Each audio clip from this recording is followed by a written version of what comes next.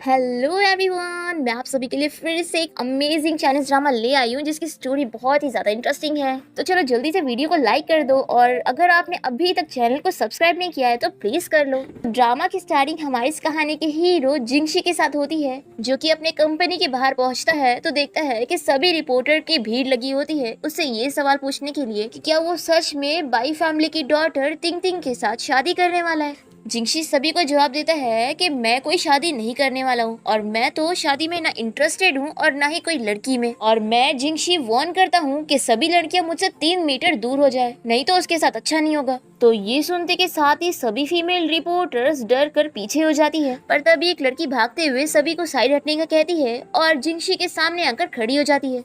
और ये कोई और नहीं, हमारी इस कहानी के हीरोइन है श्वान। श्वान जिंगशी को देखते हुए अपने मास्टर की कही हुई बात याद करती है। श्वान के मास्टर ने उसे जिंगशी का फोटो दिखाए थे और बताए थे कि ये जी ग्रुप कंपनी का सीईओ है। तुम्हें शहर जाकर इस बंदे को ढूंढना होगा क्योंकि तुम्हारा 26वां बर्थडे आने वाला है। तो अगर तुम्हें अपनी बीमारी को ठीक करना है और आगे जीना है तो तुम्हें इस पर्सन से शादी करनी होगी, नहीं तो तुम मर जाओगी। तो जिंगशी अपने मास्टर से पूछती है कि मास्टर आखिर मुझे अपनी बीमारी ठीक करने के लिए शादी करने की क्यों जरूरत है, वो भी इसी पर्सन से क्यों। तो मास्टर कहते हैं कि अभी तुम्हें इस बात की नॉलेज नहीं है और मुझे यकीन है कि आगे तुम्हें सब समझ आ जाएगा। फ्लैशबैक खत्म होता है। श्वान यहाँ पर जिंगशी से कहती है कि मिस्टर जिंगशी आप मुझसे शादी कर लो। ये सुनकर सभी लोग शॉक हो जाते हैं कि आखिर ये लड़की क्या बात कर रही है, और जिंगशी कहता है कि आखिर ये पागल लड़की यहाँ पर कहाँ से आ गई। तो श्वान से कहती है कि मैं कोई पागल लड़की नहीं हूँ, मेरा नाम बाई श्वान है और मैं जानती हूँ कि अचानक से मैं जो तुम्हें कह रही हूँ उससे तुम्हें बहुत ही ज्यादा अजीब लग रहा होगा, लेकिन मुझ पे बिलीव करो, मैं सच में बहुत ही सिंसियरली कह रही हूँ। ये सुनकर सभी रिपोर्टर खुश हो जाते हैं और दोनों को चीयर करने लगते हैं कि आप लोग किस करो। ये सुनकर श्वान खुश हो जाती है और सोचती है कि सभी मुझे किस करने के लिए कह रहे हैं, तो वो बहुत ही शर्माते हुए जाकर जिंगशी के चिक पर किस कर लेती है। वो बेचारा तो शौक रह जाता है और यहाँ पर सभी रिपोर्टर ये देखकर बहुत ही खुश हो जाते हैं और उन लोग को बड़ा मजा आ रहा होता है। तभी असिस्टेंट जिंगशी से कहता है कि बॉस आपकी इमेज तो गई। तो जिंगशी अपने असिस्टेंट को ऑर्डर देता है कि इस लड़की को अब भी यहाँ से लेकर जाओ। फिर गार्ड श्वान को पकड़कर दूर छोड़कर आते हैं और असिस्टेंट जिंगशी को कार में बैठने के लिए कह रहा होता है कहीं पर जाने के लिए। तभी श्वान भागते हुए यहाँ वापस आ जाती है जिंगशी को रोकने के लिए और उसके हाथ से एक कॉइन गिर जाता है और इस आधे कॉइन को देखकर जिंगशी अपने ग्रैंडपा की बात याद करता है। उन्होंने जिंगशी को समझाए थे कि अगर फ्यूचर में तुम्हारे पास आधा कॉइन लेकर कोई आए तो तुम्हें उनका एहसान चुकाना होगा क्योंकि उन लोगों ने मेरी जान बचाए थे। अब ये आधा कॉइन देखकर जिंगशी श्वान से इस बारे में पूछने लगता है कि आखिर ये कॉइन तुम्हारे पास कैसे आया। और फिर हम देखते हैं कि ये सारी चीजें रिपोर्टर ने कैप्चर कर चुके थे और न्यूज में चल रही होती है और श्वान के डैड ये सब न्यूज देखकर श्वान की स्टेप मॉम और उसकी स्टेप सिस्टर को कह रहे होते हैं कि जिंगशी अच्छा खासा यहाँ पर आने वाला था, लेकिन पता नहीं कौन लड़की है जिसकी वजह से वो नहीं आ पाया। तभी तिंग तिंग बताती है कि डैड ये लड़की का नाम बाई श्वान है। तभी तिंग तिंग की मॉम कहती है कि हस्बैंड ये तो तुम्हारी पहली वाइफ की बेटी है ना।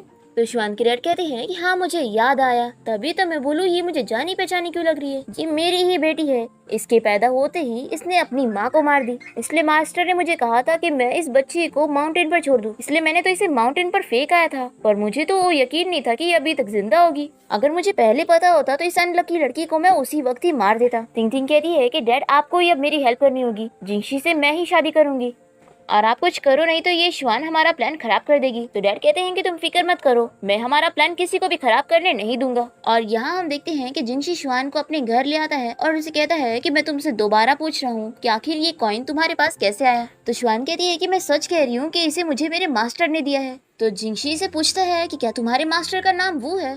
तो श्वान कहती है कि हाँ, क्या तुम मेरे मास्टर को जानते हो। तो मेरे मास्टर ने मुझे कहा है कि मुझे तुमसे शादी करनी पड़ेगी, तभी मैं 26 साल के आगे तक जी पाऊंगी। फिर जिंगशी सोचने लगता है कि ग्रैंडपा आपने मुझे इन लोगों का एहसान उतारने बोला था, लेकिन शादी करना बहुत बड़ी बात होती है। श्वान तो बहुत ही खुश होती है और जिंगशी से पूछती है कि तो अब तुम मुझसे शादी करोगे ना। तो जिंगशी कहता है कि बिल्कुल भी नहीं। तो श्वान कहती है कि लेकिन मैं तो सिर्फ तुमसे शादी करने के बाद ही जी पाऊंगी। तो जिंगशी कहता है कि आखिर तुम्हारी लाइफ का मुझसे क्या लेना देना। तो श्वान अपसेट हो जाती है और इसे सॉरी बोल के यहाँ से जाने लगती है। तो ये कहता है कि क्या मैंने तुम्हें जाने का कहा, देखो कोइंसिडेंटली मुझे मेरे घर में मेड की जरूरत है। तो श्वान खुश हो जाती है और कहती है कि यानी तुम मुझे अपने घर पे रखने के लिए तैयार हो, है ना। फिर नेक्स्ट सीन हम देखते हैं कि श्वान क्लीनिंग कर रही होती है और वो सोचती है कि मुझे जल्दी जल्दी क्लीनिंग करनी होगी, नहीं तो सुपरवाइजर मुझे चिल्लाएगी। तभी यहाँ पर जिंगशी आ जाता है और वो श्वान से कहता है कि तुम यहाँ मेरे रूम में क्या कर रही हो। तो श्वान इसे देख कर कहती है कि मिस्टर जिंगशी आप तो अभी इस वक्त डिनर पार्टी के लिए गए हुए थे ना। और फिर ये वापस से क्लीनिंग करने लगती है। जिंगशी से चिल्लाता है कि क्या तुम्हें पता नहीं है कि मेरे रूम में लड़कियां अलाउड नहीं है। तो जिंगशी से माफी मांगने लगती है और कहती है कि मुझे इस बारे में किसी ने नहीं बताया था और मेरा बस थोड़ा सा काम बचा है, मुझे कर लेने दो। तो जिंगशी से चिल्लाकर कहता है कि तुम अभी इसी वक्त मेरे रूम से बाहर निकलो। तभी शिवान को याद आता है कि उसने इंटरनेट पे सर्च करी थी कि किसी का गुस्सा कैसे कम किया जाए। तो अब जो इंटरनेट पे लिखा था मुझे वो चीज करनी चाहिए। तभी जिंगशी तो अपने सेक्रेटरी को आवाज देने लग जाता है और तभी शिवान जाकर जल्दी से जिंगशी को किस कर लेती है। में सेक्रेटरी रूम में आता है और कहता है कि बॉस क्या आपने मुझे बुलाया? ये देख कर असिस्टेंट शर्मा जाता है और रूम से वापस जाने लगता है। तो शैनी से कहता है कि तुम देख क्या रहे हो, जल्दी से इस लड़की को बाहर निकालो। और फिर असिस्टेंट शिवान को पकड़ के लेके जाने लगता है और शिवान कह रही होती है कि अब तुम्हारा गुस्सा ऐसे ही चला जाएगा। तभी असिस्टेंट बताता है कि बॉस आपके फेस पे लिपस्टिक का निशान छप गया। फिर जिंगशी को बहुत ही गुस्सा आता है और वो शिवान के ऊपर हाथ उठाने वाला होता है, पर फिर इसे इसकी ग्रैंडपा की बात याद आ जाती है कि उसे इस लड़की का एहसान चुकाना होगा। ये सोचकर ईशान अपने असिस्टेंट से कहता है कि तुम चुपचाप से इस लड़की को बाहर लेके जाओ। फिर नेक्स्ट सीन में हम देखते हैं कि शिवान क्लीनिंग कर रही होती है और वो बाकी मेट्स को उसके बारे में बुराई करते हुए सुनती है। ये मेट्स आपस में बातें कर रही होती हैं कि ये लड़की अपने आप को समझती क्या है, इसकी तो हिम्मत भी कैसे हुई मिस्टर जिंगशी को किस करने की। इसने क्या सोची कि ये मिस्टर जिंगशी की वाइफ बन सकती है। उनकी वाइफ बनने के लिए इससे पहले बहुत ही रिच होना पड़ेगा।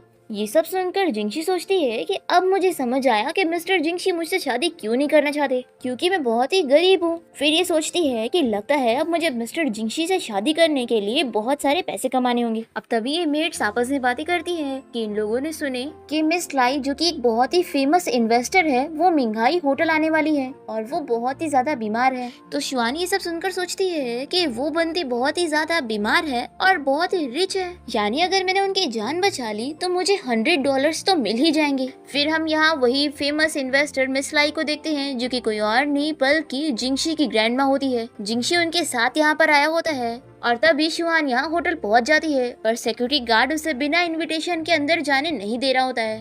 तभी यहाँ पर बाई तिंग तिंग आ जाती है और वो शिवान से कहती है कि अगर तुम्हारे पास इन्विटेशन नहीं है तो इस होटल में आने का सोचना भी मत, ये बहुत ही एक्सपेंसिव होटल है और तुम जैसे गरीब लोग ये कभी अफोर्ड नहीं कर सकते। शिवानी से चिल्लाती है कि तुम कितनी बदतमीजी से बात कर रही हो। तभी तिंग तिंग के असिस्टेंट से चिल्लाती है कि तुम्हें पता भी है कि तुम किससे बदतमीजी कर रही हो, ये बाई फैमिली की बड़ी बेटी बाई तिंग तिंग है। ये सुनकर शिवान कहती है कि यानी तुम मेरी स्टेप सिस्टर हो। तो तिंग तिंग इसे एक स्लैप लगाती है और कहती है कि तुम जैसी अनलकी लड़की की हिम्मत भी कैसे हुई मुझे सिस्टर कहने की। मेरी फैमिली की सिर्फ इकलौती बेटी है और वो सिर्फ मैं हूँ और तुम जिंगशी से भी दूर रहना, ये तुम्हारे लिए अच्छा होगा। तभी यहाँ पर जिंगशी आ जाता है और वो शिवान से पूछता है कि तुम यहाँ पर क्या कर रही हो, मैं तुम्हें टाइम दे रहा हूँ, अभी इसी वक्त घर जाओ। पर शिवान नहीं मान रही होती है तो ये अपने गार्ड को कहकर इसे ले जाने का कहता है और तिंग तिंग जिंगशी से बात करने की कोशिश कर रही होती है पर वो इसे भाव ही नहीं देता। तो इसे बहुत ही गुस्सा आती है और ये शिवान को सबक सिखाने का सोच लेती है। और यहाँ जिंगशी अपने ऑफिस में पहुंचता है और इसका असिस्टेंट इसे शिवान के बारे में इन्फॉर्मेशन लाके बता देता है और कहता है कि वो सच में बाई फैमिली की ही बेटी है और 18 साल पहले बाईजुंग ने अपनी बेटी को अनलकी समझकर माउंटेन पर छोड़ के आ गया था, पर ये लड़की तो लकी निकली, इसे मास्टर वू ने अडॉप्ट कर लिया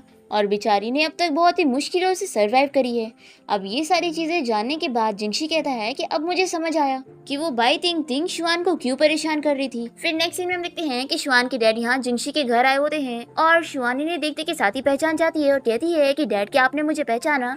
मैं शिवान हूँ, मैंने मास्टर के पास आपकी फोटो देखी थी इसलिए मैंने आपको तुरंत ही पहचान ली कि आप मेरे डैड हो। पर शिवान के डैड को तो गुस्सा आ रहा होता है कि आखिर ये जिंगशी के घर पे क्या कर रही है और फिर वो शिवान को चिल्लाते हैं कि मैंने तो तुम्हें माउंटेन में फेंक दिया था, आखिर तुम अभी भी जिंदा की हो, तुम पहले भी बहुत ही अनलकी थी और आज भी अनलकी हो। तभी तिंग तिंग कहती है कि मुझे तो तुम्हारे ऊपर से बहुत ही बुरी स्मेल आ रही है, तुमने सोची भी कैसे कि तुम मेरे डैड की बेटी बन सकती हो? बिल्कुल भी नहीं। तो शिवान के डैड कहते हैं कि हाँ मेरी भी सिर्फ एक ही बेटी है और वो तिंग तिंग है और तुम अनलकी लड़की हो, तुमने अपनी माँ तक को मार दी थी। तो शिवान कहती है कि मुझे पता है कि मेरी मॉम को मैंने नहीं मारी हूँ, मास्टर ने मुझे इस बारे में बताया था कि मॉम को आपने मारा है क्योंकि आप उनकी हेल्प नहीं करना चाहते थे इसलिए आपने उन्हें मार दिया। तो शिवान के डैड उसे मारते हैं और कहते हैं कि दोबारा मुझे अपने मुंह से डैड मत बोलना। तो शिवान कहती है कि आखिर मैं भी तो आपकी ही बेटी हूँ तो आपको मैं क्यों नहीं चाहिए हूँ। तो तिंग तिंग कहती है कि क्या तुम नहीं जानती क्योंकि मैं डैड के लिए बहुत ही ज्यादा लकी हूँ और तुम अनलकी हो। ऐसा बोलते हुए तिंग तिंग शिवान के ऊपर पानी गिराने लग जाती है।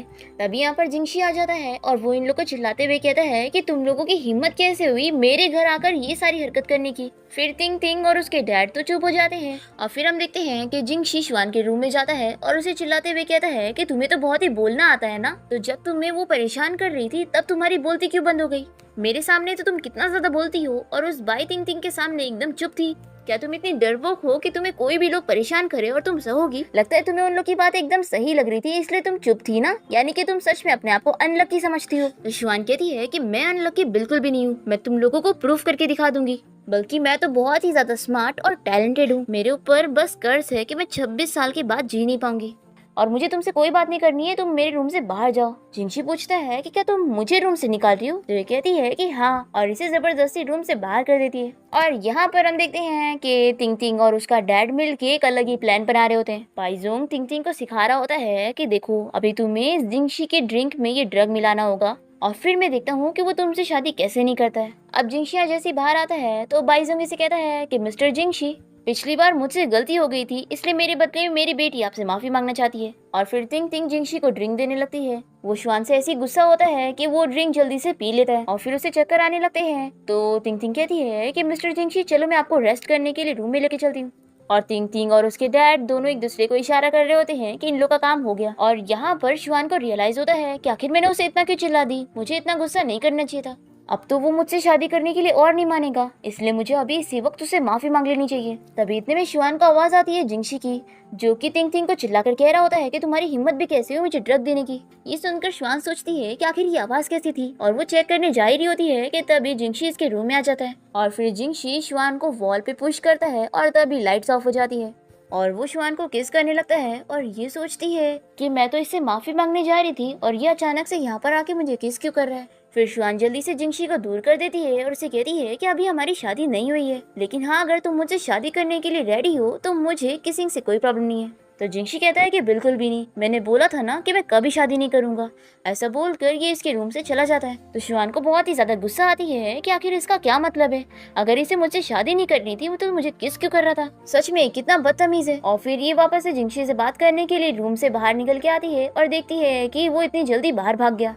तभी तिंग तिंग इसे छुपकर देख रही होती है और वो सोचती है कि इस लड़की ने फिर मेरा प्लान खराब कर दी, अब तो मुझे इसे सबक सिखाना ही होगा। फिर नेक्स्ट डे हम देखते हैं कि श्वान फिर से उन दोनों मेड को बातें करते हुए सुनती है। वो लोग बातें कर रहे होते हैं कि मिस लाई ऑक्शन पार्टी में जाने वाली है। तो श्वानी सब सुनकर सोचती है कि पिछली बार तो मुझे मौका नहीं मिल पाया था, लेकिन इस बार मैं पैसा कमाने का मौका छोड़ूंगी नहीं। तभी श्वान को घर से बाहर जाता हुआ देखकर ये मेड तिंग तिंग को कॉल करके इस बारे में बता देती है। फिर नेक्स्ट सीन में हम जिंशी की ग्रैंडमा को देखते हैं जो कि ऑक्शन पार्टी में पहुंचती है। यहाँ पर उनकी असिस्टेंट उसे कह रही होती है कि आप बहुत ही ज्यादा बीमार है, आपको यहाँ पर नहीं आना चाहिए था। तभी जिंशी की ग्रैंडमा की हालत एकदम ही खराब हो जाती है और वो यहीं पर ही बेहोश होने लगती है। तो असिस्टेंट जल्दी से डॉक्टर को आवाज देने लग जाती है और तब यहाँ पर श्वान पहुँच कर कहती है कि मैं आ गई। फिर श्वान जल्दी से ग्रैंडमा को चेक करती है और फिर अपना नीडल का यूज करके उनका ट्रीटमेंट करने लगती है। और फिर ग्रैंडमा को होश आने लगता है तो ये सोचती है कि मास्टर ने मुझे सही कहा था, ये नीडल तो काम कर रही है। तभी असिस्टेंट श्वान को चिल्लाने लगती है कि तुम ये क्या कर रही हो। तभी ग्रैंडमा को अच्छे से होश आ जाता है और वो देखती है कि अब वो एकदम ही ठीक हो चुकी है। फिर ग्रैंडमा तो बहुत ही ज्यादा खुश हो जाती है और श्वान से कहती है कि थैंक यू, तुमने मेरी जान बचाई हो, मैं तुम्हें हमेशा याद रखूंगी। और फिर ये ग्रैंडमा अपने असिस्टेंट को कहकर श्वान को बहुत सारे पैसों का चेक दे रही होती है। श्वान कहती है कि चेक क्या है, मुझे चेक नहीं चाहिए, मुझे बस थोड़े से कैश चाहिए। तो ग्रैंडमा उसे पूछती है कि तुम बताओ कि तुम्हें कितना चाहिए, मैं देने के लिए तैयार हूँ। तो श्वान कहती है कि मुझे बस $1000 चाहिए। इतने कम पैसे सुन के ग्रैंडमा शॉक होती है और कहती है कि क्या तुम सही कह रही हो, तुम्हें इतने ही चाहिए। तो श्वान कहती है कि मैं जानती हूँ कि आप सोच रही होंगी कि मैं इतने ज्यादा पैसे मांग रही हूँ, लेकिन ये पैसे मुझे किसी से शादी करने के लिए चाहिए। वो बंदा बहुत ही ज्यादा रिच है और मैंने सुनी हूँ कि अगर मुझे उससे शादी करनी है तो मुझे भी रिच होना पड़ेगा, लेकिन अगर आपको $1000 ज्यादा लग रहा है तो आप मुझे $500 दे दो। फिर ग्रैंडमा तो हंसने ही लग जाती है और श्वान से पूछती है कि वैसे वो रिच बंदा है कौन जिसे तुम शादी करना चाहती हो। तो श्वान बताती है कि उसका नाम मिस्टर जिंशी है और वो जी ग्रुप कंपनी का CEO है। तो ग्रैंडमा बहुत ही ज्यादा खुश हो जाती है और कहती है कि मुझे तुम याद आ रही हो, मैंने तुम्हें न्यूज में देखी थी, तुम वही लड़की हो ना जिसका नाम श्वान है। ग्रैंडमा से कहती है कि तुम फिक्र मत करो, वो जिंशी तुमसे जरूर शादी करेगा और अगर वो तुमसे शादी के लिए नहीं माना तो मैं उसे मारूंगी। और फिर ग्रैंडमा श्वान को ट्रिगर फिंगर गिफ्ट करने लग जाती है और कहती है कि कि अगर वो जिंगशी तुमसे शादी करने के लिए नहीं मानेगा तो तुम उसके मुंह पे इसे मारना। फिर शुआन यहाँ से जाते हुए बहुत ही खुश होती है कि अब मिस्टर जिंगशी मुझे परेशान नहीं कर सकते। पर तभी यहाँ पर दो गुंडे आ जाते हैं और ये लोग शुआन को पकड़ के लेके जाते हैं। और फिर यहाँ पर हम जिंगशी को देखते हैं जो कि अपने डॉक्टर से अपना ट्रीटमेंट करवाता है। तभी असिस्टेंट को न्यूज मिलती है और वो जिंगशी को बताता है कि शुआन अभी तक घर नहीं आई है। ये सुनकर जिंगशी शुआन के लिए परेशान होने लगता है। तभी असिस्टेंट ये पता लगा लेता है कि शुआन कोई सुनसान जगह पर है। दूसरी तरफ 3-3 दिन गुंडों से कह रही होती है कि अब इस लड़की को तुम लोग मारो या टॉर्चर करो, मुझे कोई फर्क नहीं पड़ता, बस ये लड़की दोबारा मुझे कभी नहीं दिखनी चाहिए। और फिर ये गुंडे शुआन को हैरेस करने जा रहे होते हैं। पर तभी यहाँ टाइम पे जिंगशी अपने असिस्टेंट और गार्ड्स के साथ पहुंच जाता है और शुआन को बचा लेता है। पर वो तो बेहोश होने लगती है और जिंगशी से कहती है कि थैंक यू यहाँ पर आके मुझे बचाने के लिए। फिर ये गुंडे जाकर तिंग थिंग और उसके डैड को ये न्यूज दे देते हैं कि वो लड़की बच गई क्योंकि जिंगशी वहाँ पर खुद आकर उसे बचा के लेके गया। फिर तिंग तिंग अपने डैड से कहती है कि अब हम क्या करेंगे, अगर ऐसे ही चलता रहा तो वो लड़की जिंगशी को मुझसे चुरा लेगी। लास्ट टाइम आपने देखा था ना कि मैंने जिंगशी को ड्रग दी थी पर वो मुझे छोड़कर उसके रूम में गया था।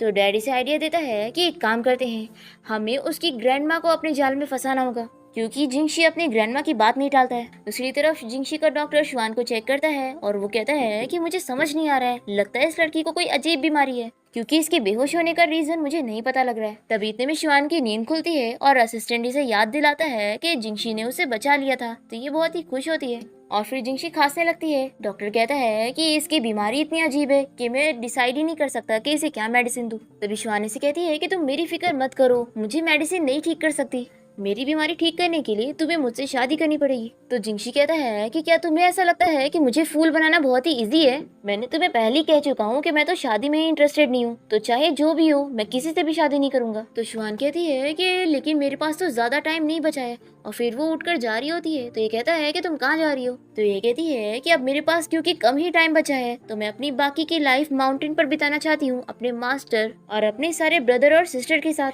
तो जिंगशी कहता है कि जब तुम ठीक हो जाओगी तो जहाँ जाना है वहाँ चले जाना, लेकिन जब तक तुम यहाँ मेरे घर पे हो तुम फिक्र मत करो, मैं तुम्हारी बीमारी ठीक करवा के रहूंगा, तुम्हें मरने नहीं दूंगा, इसलिए तुम मेरे घर पे अच्छे से रहो, मैं तुम्हारे लिए बहुत ही अच्छा डॉक्टर ढूंढूंगा। तो शुआन कहती है कि लेकिन तुम तो मुझे पसंद नहीं करते ना, तो आखिर मेरी बीमारी को ठीक करने के लिए डॉक्टर क्यों ढूंढना चाहते हो? कहीं ऐसा तो नहीं कि तुम मुझे लाइक करने लग गए हो? ये कहता है कि बकवास मत करो। तो शुआन कहती है कि तुम्हारी आंखों से साफ पता चल रहा है और आंखें कभी धोखा नहीं देती। तभी जिंगशी अपने असिस्टेंट को ऑर्डर देता है कि इस लड़की को यहाँ से कहीं मत जाने देना और फिर जिंगशी यहाँ से चला जाता है। और फिर नेक्स्ट सीन में हम देखते हैं कि शुआन रूम से बाहर जाने वाली होती है। तभी जिंगशी यहाँ पर आकर इसे कहता है कि अगर तुम बोर हो रही हो तो मेरे साथ डिनर पार्टी के लिए चलो, मैं तुम्हें सिर्फ 10 मिनट दे रहा हूँ तैयार होने के लिए, मैं बाहर वेट करूंगा, आ गई तो अच्छी बात है नहीं तो मैं चला जाऊंगा। तो शुआन से कहती है कि आखिर मैं इतनी जल्दी तैयार कैसे होंगी? और फिर शैन अपने असिस्टेंट के साथ यहाँ से जाते हुए उसे ऑर्डर देता है कि इस लड़की के लिए एक ड्रेस रेडी करो। और फिर जिंगशी कार में बैठकर उसका वेट करते हुए सोचता है कि वो लड़की अभी तक यहाँ पर आई क्यों नहीं। फिर शुआन रेडी होकर यहाँ पर आ जाती है और जिंगशी इसे देखते ही रह जाता है। शुआन से कहती है कि मैं प्रिटी लग रही हूँ ना? तो जिंगशी कहता है कि नहीं बस ठीक ठाक लग रही हो। तो ये कहती है कि फिर तुम्हारे कान इतने रेड क्यों हो गए? तो जिंगशी से चिल्लाता है कि तुम मेरे साथ चुपचाप रह के चलो। तभी यहाँ पर जिंगशी अपने असिस्टेंट के साथ बिजनेस वगैरह के बारे में बात कर रहा होता है। तभी जिंगशी कहती है कि क्या तुम्हें मिस लाई के साथ बिजनेस डील करनी है? फिर तो शायद मैं इसमें तुम्हारी हेल्प कर सकती हूँ। और ऐसा बोलते हुए वो इसे ट्रिगर फिंगर दिखाने लगती है। इसे देखते ही जिंगशी पहचान जाता है कि ये उसकी ग्रैंडमा का है और शुआन से बताने लगती है कि तुम्हें पता है ये मिस लाई ने मुझे खुद दिया है क्योंकि मैंने उनकी जान बचाई थी। जिंगशी ये सुनकर सोचने लगता है कि ये लड़की ने मेरी ग्रैंडमा की जान बचाई, ऐसा कैसे हो सकता है? और वैसे भी ग्रैंडमा ने तो मुझे इस बारे में कुछ नहीं बताई है। और फिर जिंगशी इस पे बिलीव नहीं कर रहा होता है। तो शुआन कहती है कि आखिर तुम मुझ पे बिलीव क्यों नहीं कर रहे हो? जिंगशी कहता है कि कहीं तुम ऐसा तो नहीं सोच रही हो कि अगर तुम मिस लाई की क्लोज होगी तो तुम मुझसे शादी कर पाओगी? तो शुआन कहती है कि मैंने ऐसा कभी नहीं सोची, मैं तो बस मिस लाई की जान बचाने गई थी और हाँ बस मैंने थोड़ा पैसों का ही लालच की थी कि मुझे पैसे मिल जाएंगे। तो जिंगशी कहता है कि अब ये मत बोलना कि तुम सच में एक डॉक्टर हो। तो शुआन कहती है कि तुम मुझे कम मत समझो। तो ये कहता है कि अच्छा ठीक है, अगर तुमने सच में मिस लाई की जान बचाई होगी ना तो मैं तुमसे शादी कर लूंगा। तो शुआन कहती है कि देख लो तुम क्या कह रहे हो, अब अपना प्रॉमिस याद रखना। फिर इसके बाद जिंगशी शुआन को एक होटल के सामने रुका देता है और कहता है कि पार्टी अंदर चल रही है, तुम जाओ मैं बाद में आऊंगा। शुआन यहाँ पर लिफ्ट का वेट कर रही होती है। तभी तिंग तिंग इसे देख कर इसका मजाक उड़ाने लग जाती है और कहती है कि तुम यहाँ पर क्या कर रही हो, तुम जैसी गरीब लड़की को यहाँ पर एंट्री नहीं है। तभी यहाँ पर जिंगशी की ग्रैंडमा आ जाती है और तिंग तिंग इन्हें देखकर जल्दी से इन्हें मस्का पॉलिश कर रही होती है और इन्हें मना रही होती है कि वो शुआन को यहाँ से निकाल दे क्योंकि उसके पास कोई इनविटेशन नहीं है। तो ग्रैंडमा कहती है कि लेकिन इस लड़की के पास तो इनविटेशन है, तभी ये यहाँ पर आई है। टिंग टिंग कहती है कि अरे इसके पास फेक इनविटेशन है, रुको मैं अभी आपकी हेल्प करती हूँ इस गरीब लड़की को यहाँ से निकालने में। और ये गार्ड्स को ऑर्डर देकर इसे यहाँ से निकालने का कहती है। तो ग्रैंडमा इसे चिल्लाती है और वो श्वान से पूछती है कि तुम्हें यहाँ पर आने का इनविटेशन किसने दिया था। श्वान बताने जा रही होती है कि उसके बॉस ने, पर टिंग टिंग इसे बोलने का मौका ही नहीं देती और ये श्वान के बारे में कुछ भी बातें करने लग जाती है। तो ग्रैंडमा इसे एक स्लैप लगाती है और कहती है कि श्वान के बारे में कुछ भी मत बोलना। तो टिंग टिंग कहती है कि लगता है इस लड़की ने आपको फूल बना दी है। तो ग्रैंडमा कहती है कि तुम कितनी बदतमीज हो, मैं तो सोच रही हूँ कि बाई फैमिली की डॉटर आखिर तुम्हारी जैसी कैसे। तो टिंग टिंग कहती है कि आखिर आप इस अनलकी लड़की की साइड क्यों ले रही हैं। तभी यहाँ पर जिंगशी आ जाता है और पूछता है कि ग्रैंडमा आप यहाँ पर क्या कर रही हो।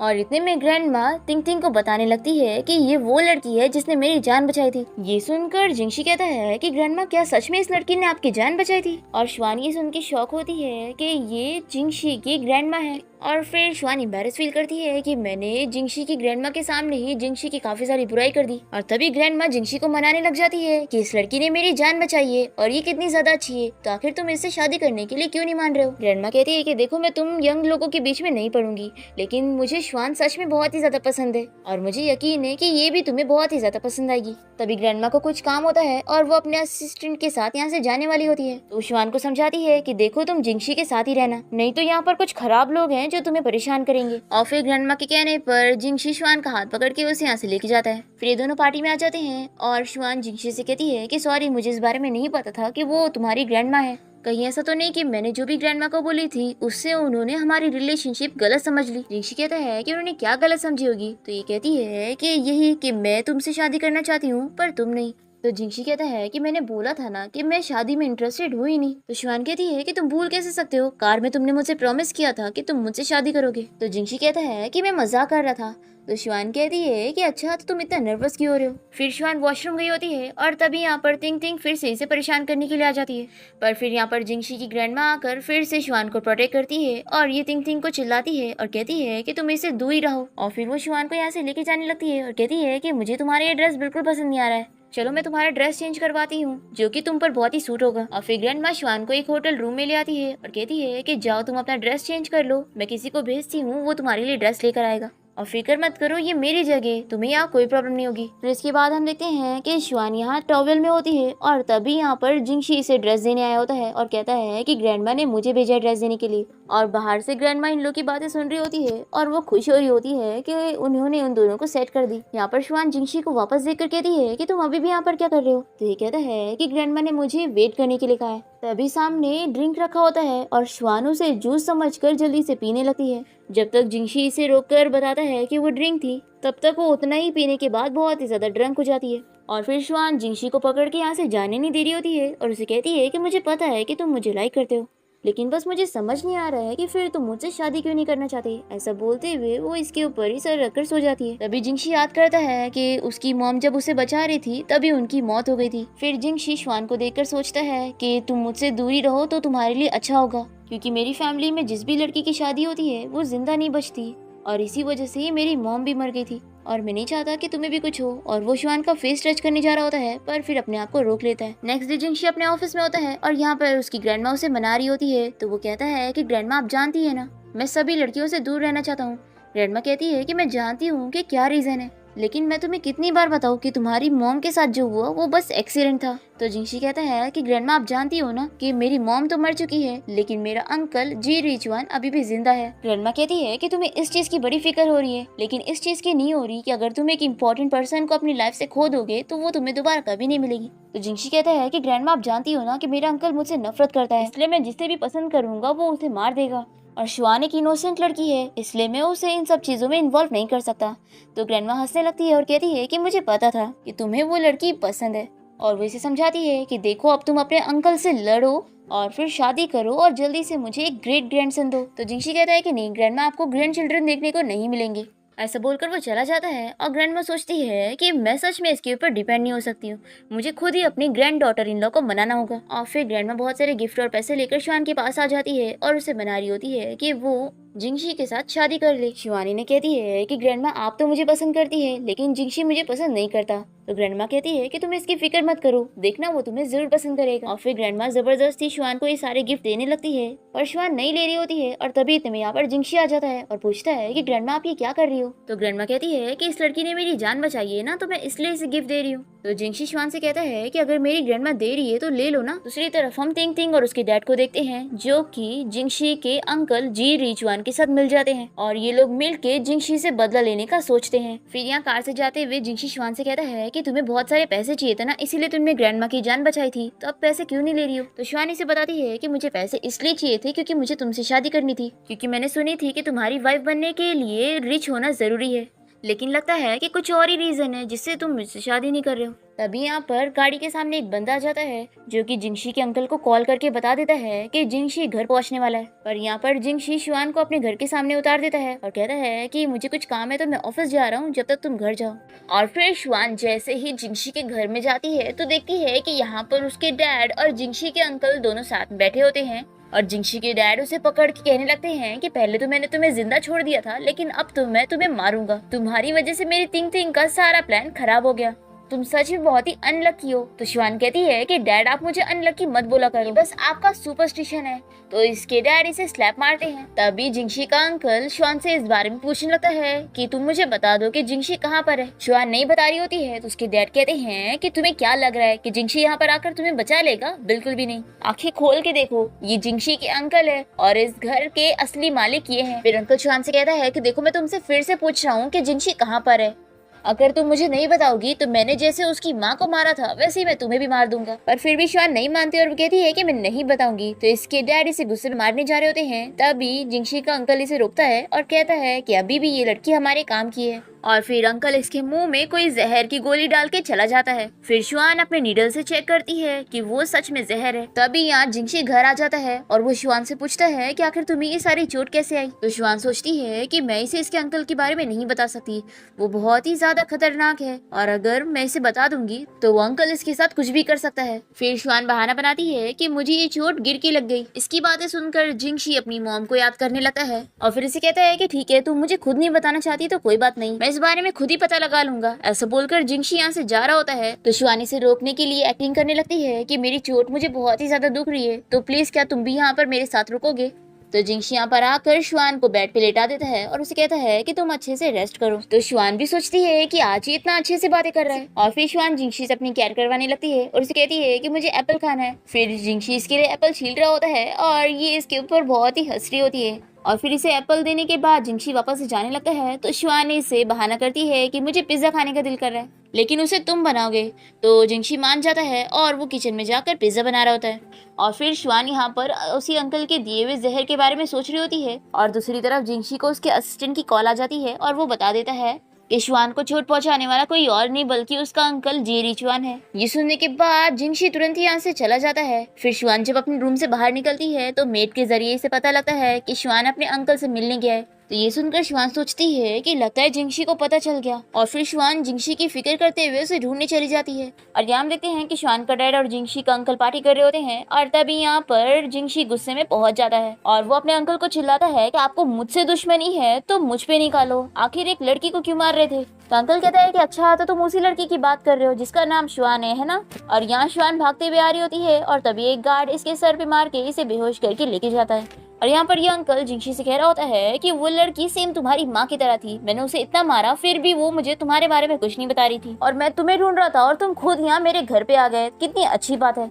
और फिर ये अंकल अपने सभी गार्ड्स को बुलाता है और जिंगशी को वार्न करता है कि अगर तुमने मुझे अपनी कंपनी के प्रोजेक्ट्स नहीं दिए तो शुआन बचेगी नहीं। और तभी गार्ड यहाँ शुआन को लेकर आ जाता है और फिर शुआन के डैड उसके ऊपर चाकू करके जिंगशी को धमकी दे रहा होता है कि उसे उसके अंकल की बात सुननी पड़ेगी। और तभी शुआन जिंगशी से कहती है कि तुम इन लोग की बात बिल्कुल मत सुनना। तो शुआन का डैड उसका मुंह बंद करता है और जिंगशी के अंकल उससे पूछते हैं कि क्या तुमने सोच लिया कि तुम क्या करोगे। तो शुआन के लिए जिंगशी हार मान जाता है और फिर अंकल शुआन से कहते हैं कि मैंने सुना कि तुम इससे शादी करना चाहती हो, लेकिन देख लो ये तुम्हारे लिए कुछ नहीं कर सकता क्योंकि ये अच्छी तरीके से जानता है कि अगर इसने तुमसे शादी किया तो मैं तुम्हें मार दूंगा। ये सुनकर जिंगशी सोचती है कि क्या ये वही रीजन है जिसकी वजह से जिंगशी मेरे साथ शादी करने के लिए नहीं मान रहा है। और फिर अंकल शुआन के डैड को ऑर्डर दे देता है कि अब वो इस लड़की को मार दे। तो शुआन के डैड तो बड़े खुश हो जाते हैं कि अब फाइनली मुझे तुम्हें मारने का मौका मिल गया, और वो उसे चाकू मारने ही जा रहे होते हैं कि तभी जिंगशी शुआन को बचाते हुए उसके डैड को मारता है। फिर अंकल तो डर जाता है कि अब जिंगशी उसे न मारे, तो वो उसे ही मारने जा रहा होता है। पर फिर शुआन जिंगशी को बचाते हुए बीच में आ जाती है और उसे चाकू लग जाता है। और इसे अपने लिए चोट खाते हुए देखकर जिंगशी अपनी मॉम को याद करता है, जो कि उसकी जान बचाते हुए ही मर गई थी। फिर जिंगशी को बहुत ही गुस्सा आता है और वो अपने अंकल को पैर से मारकर जल्दी से शुआन को उठा लेता है और अपने गार्ड्स वगैरह को ऑर्डर देता है कि इन सारे लोगों को मार दो। फिर डॉक्टर शुआन का ट्रीटमेंट करने के बाद इसे बताता है कि अभी भी वो ठीक नहीं हुई है। ऐसा बोलकर वो चला जाता है। फिर जिंगशी शुआन के लिए परेशान होता है कि आखिर उसने उसकी जान क्यों बचाई। जिंगशी सब याद करने लगता है कि शुआन बस उससे शादी करना चाहती थी। फिर वो इसे कहता है कि तुम ठीक हो जाओगी तो हम शादी कर लेंगे। दूसरी तरफ तिंग तिंग की मॉम उसे बताती है कि तुम्हारे डैड को चोट लग गई है और अभी वो हॉस्पिटल में है। फिर तिंग तिंग को बहुत ही गुस्सा आता है कि उस शुआन ने हमारा सारा प्लान खराब कर दी, अब तो मैं उसे बिल्कुल भी नहीं छोड़ूंगी, और वो गार्ड्स को ऑर्डर दे कि उसे लाने का कहती है। फिर यहाँ नेक्स्ट सीन में हम देखते हैं कि जिंगशी ने जो बहुत ही अच्छे डॉक्टर को बुलाया होता है वो भी शुआन का ट्रीटमेंट नहीं कर पा रहा होता है और कहता है कि मैं इसकी अजीब सी बीमारी के बारे में कुछ पता ही नहीं कर पा रहा हूँ। जिंगशी से पूछता है कि क्या कोई और रास्ता है इस लड़की की जान बचाने के लिए। तो डॉक्टर कहता है कि मुझसे ज्यादा इस बारे में मेरे प्रोफेसर कुछ बता सकते हैं, मैं उन्हें कांटेक्ट करता हूँ। फिर नेक्स्ट सीन में शुआन को होश आ जाता है और वो सोचती है कि उसके पास बहुत ही कम टाइम बचा है, उसे कुछ करना होगा, और वो उठने की कोशिश कर रही होती है। तभी जिंगशी यहाँ पर आ जाता है और उसे कहता है कि तुम यहाँ से कहीं नहीं जा सकती, और जिंगशी से इसकी चोट के बारे में पूछ रहा होता है कि क्या अभी भी दर्द हो रहा है। तो शुआन से अपने शोल्डर की चोट दिखाने लग जाती है और कहती है कि तुम खुद ही देख लो। पर जिंगशी तो देख ही नहीं रहा होता है और इसे कहता है कि तुम अपने कपड़े सही करो। और फिर जिंगशी अपने मन में सोचता है कि मैंने सोचा था कि जब इसे होश आ जाएगा तो मैं इसे शादी करने के लिए मान जाऊंगा, लेकिन अचानक से ऐसी बात करना तो सही नहीं होगा। और शुआन सोच रही होती है कि लगता है जिंगशी मेरे साथ शादी करने के लिए नहीं मानेगा, तो मुझे अपने मास्टर के पास जाना चाहिए। फिर शुआन जिंगशी से कहती है कि मुझे अपने मास्टर के पास वापस जाना है, पर जिंगशी नहीं मानता और कहता है कि तुम्हारी बीमारी अभी तक ठीक नहीं हुई है, इसलिए मैं तुम्हें यहाँ से जाने नहीं दूंगा, और तुम फिक्र मत करो, मैं तुम्हें मरने नहीं दूंगा, मैं तुम्हारे लिए अच्छा से अच्छा डॉक्टर ढूंढूंगा। पर शुआन नहीं मान रही होती है तो जिंगशी इसका मुंह बंद कर देता है। तभी यहाँ पर असिस्टेंट एक डॉक्टर को लेकर आता है जो कि बहुत ही फेमस है।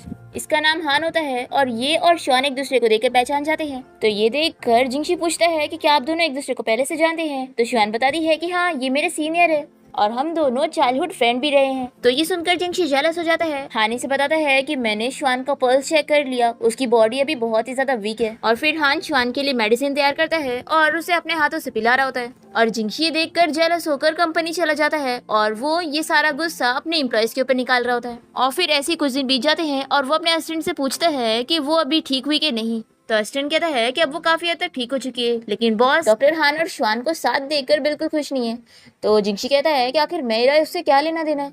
फिर जिंगशी जैसे घर पहुंचता है तो शुआन इसे सूप देने लग जाती है और कहती है कि तुम इसीलिए गुस्सा थी ना कि हान ने मुझे सूप पिलाया और तुम्हें नहीं, तो देखो मैंने स्पेशली ये तुम्हारे लिए बनाई हूँ। और फिर वो इसे पिलाने लगती है और जिंगशी शुआन से कहता है कि मुझे तुमसे कुछ कहना है, और वो इसे शादी की बात करने जा रहा होता है कि अब वो इसे शादी करने के लिए रेडी है। पर इतने में यहाँ पर असिस्टेंट आ जाता है और शुआन इसकी बात कुछ सुन ही नहीं पाती और कहती है कि तुम क्या कह रहे थे। फिर जिंगशी अपने कंपनी में कोई काम से चला जाता है और यहाँ पर शुआन को तिंग तिंग की कॉल आती है और वो शुआन से पूछती है कि क्या तुम्हें अपनी मॉम याद है। तो शुआन याद करती है कि जब वो छोटी सी थी तो अपने मास्टर से पूछा करती थी कि उसकी मॉम कहाँ पर है। तो उसके मास्टर उसे बताते थे कि उसकी मॉम अब जिंदा नहीं है और वो स्टार बन चुकी है और ऊपर आसमान से उसे देख रही है। फिर हम देखते हैं कि शुआन यहाँ पर भागते हुए तिंग तिंग से मिलने पहुंचती है और तिंग तिंग यहाँ पर इसे इसकी मॉम के कपड़े और कुछ सामान वगैरह दिखाती है। तो शुआन से अपनी मॉम की चीजें मांगती है। तो तिंग तिंग कहती है कि अगर तुम्हें ये सब चाहिए तो नील डाउन होकर मुझसे माफी मांगो, तो शायद मैं तुम्हें ये सब दे दूं। तो शुआन नील डाउन हो जाती है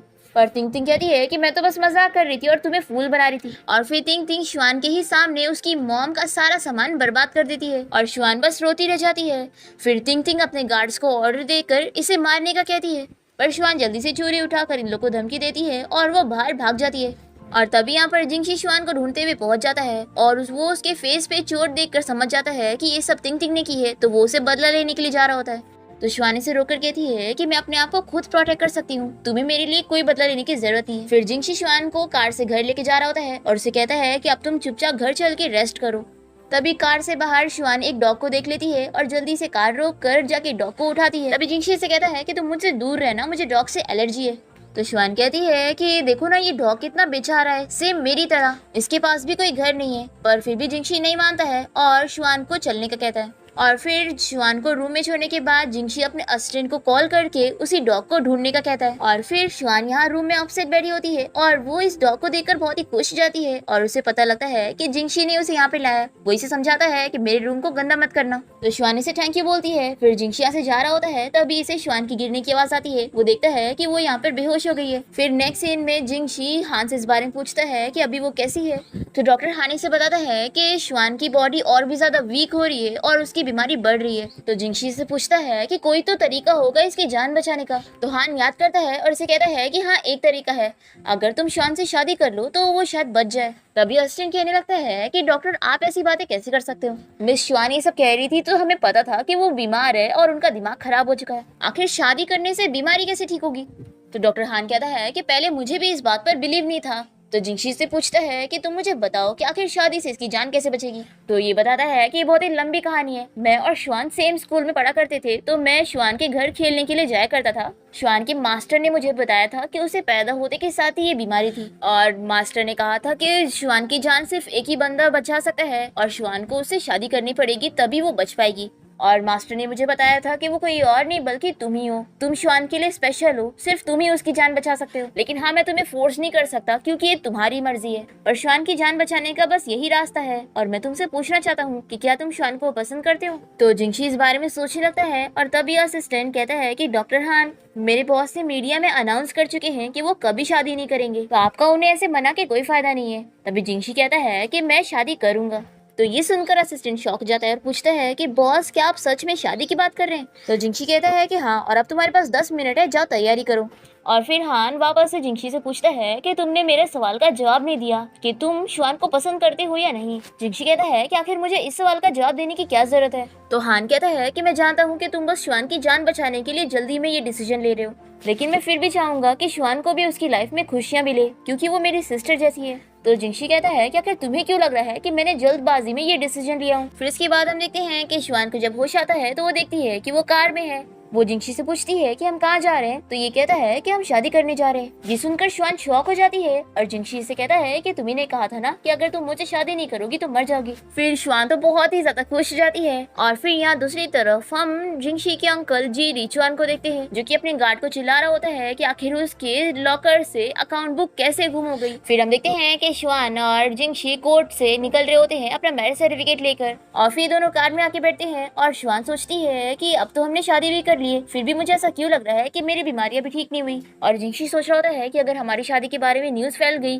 तो ये शुआन के लिए खराब हो सकता है। और फिर जिंगशी शुआन को समझा देता है कि वो शादी के बारे में किसी को ना बताए, पर तभी इतने में उसकी तबीयत और भी ज्यादा खराब होने लगती है। फिर डॉक्टर हान जब इसे चेक करता है तो कहता है कि मुझे समझ नहीं आ रहा कि मास्टर ने तो यही कहा था कि शादी के बाद ये ठीक हो जाएगी, पर कुछ भी क्यों नहीं हुआ। शुआन तो अपसेट हो जाती है और कहती है कि शायद यही मेरी किस्मत है। तो जिंगशी से चिल्लाता है कि तुम इतनी जल्दी हार क्यों मान रही हो। और फिर जिंगशी अपने असिस्टेंट को समझाता है कि वो माउंटेन पर जाकर शुआन के मास्टर वू को ढूंढे। और फिर नेक्स्ट सीन में हम देखते हैं कि तिंग तिंग शुआन के रूम में आ जाती है और वो इसे इसकी मॉम के बारे में सब कुछ बता रही होती है कि इसकी मॉम कैसे मर गई थी हॉस्पिटल रूम में। और उस वक्त जब वो हॉस्पिटल में मर रही थी तभी उसके डैड तिंग तिंग की मॉम के साथ थे। तिंग तिंग इसे बताती है कि डैड ने सोच रखे थे कि अगर लड़का होगा तो ही वो लेंगे, पर तुम पैदा हो गई इसलिए उन्होंने तुम्हें पहाड़ पे छोड़कर आ गए और तुम्हारी मॉम को तो हॉस्पिटल में मरने छोड़ दिए। और जिस तरीके से मेरी मॉम ने तुम्हारे डैड को छीनी है वैसे ही तुम्हारे हस्बैंड को अब मैं छीनूंगी।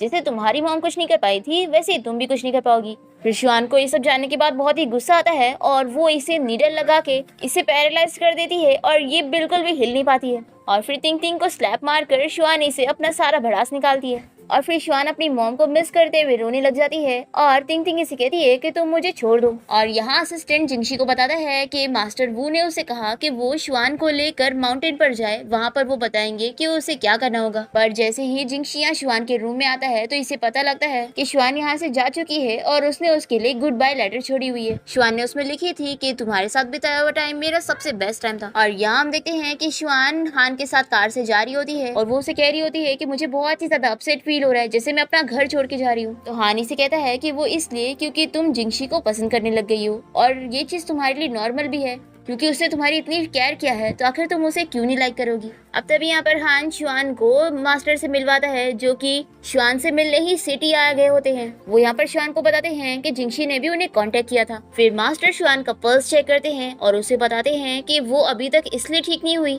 क्योंकि उसने जिंगशी के साथ शादी तो कर ली पर उसके साथ नाइट स्पेंड नहीं करी। पर जिंगशी को कुछ पर शुआन को तो कुछ समझ ही नहीं आ रहा होता है। वो कहती है कि मास्टर आपने तो मुझे सिर्फ शादी करने के लिए बोला था।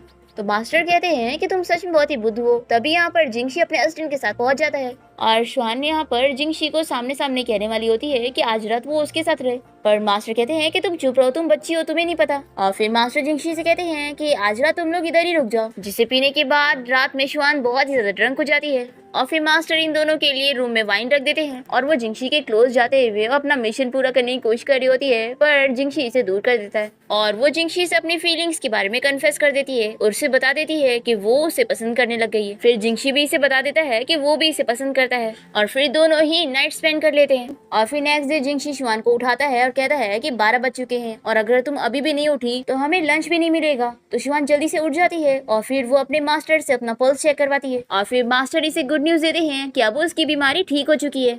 फिर शुआन बहुत ही ज्यादा खुश जाती है और जिंगशी इसे कॉन्ग्रेचुलेट करता है। और फिर नेक्स्ट सीन में हम देखते हैं कि सभी रिपोर्टर्स जिंगशी से सवाल कर रहे होते हैं कि उसके बारे में रूमर फैली है कि अब उसकी शादी हो चुकी है। तभी यहाँ पर शुआन आ जाती है और इसे देखकर सभी रिपोर्टर कहने लगते हैं कि ये तो वही लड़की है जिसने पिछली बार मिस्टर जिंगशी को किस करी थी, लेकिन मिस्टर जिंगशी ने तो कहा था कि वो शादी वगैरह में इंटरेस्टेड है ही नहीं। और अब की बार तो ये लड़की मिस्टर जिंगशी के इतना क्लोज खड़ी है तो मिस्टर जिंगशी इसे बहुत ही चिल्लाएंगे। फिर जिंगशी मीडिया में अनाउंस करता है कि ये मेरी वाइफ है बाई शुआन और कुछ ही दिनों में हम लोग एक ग्रैंड वेडिंग रखने वाले हैं और वहाँ पर आप सभी को जरूर आना होगा। और फिर न्यूज में बताया जा रहा होता है कि बाई फैमिली की डॉटर तिंग तिंग और उसके डैड को जेल हो गई और मिस्टर जिंगशी के अंकल जी रिचुआन को भी जेल हो गई फ्रॉड केस में। और ये भी कि नेक्स्ट वीक ही जिंगशी और शुआन की वेडिंग होगी। और इसी के साथ ही इस ड्रामा की हैप्पी एंडिंग यहाँ पर हो जाती है।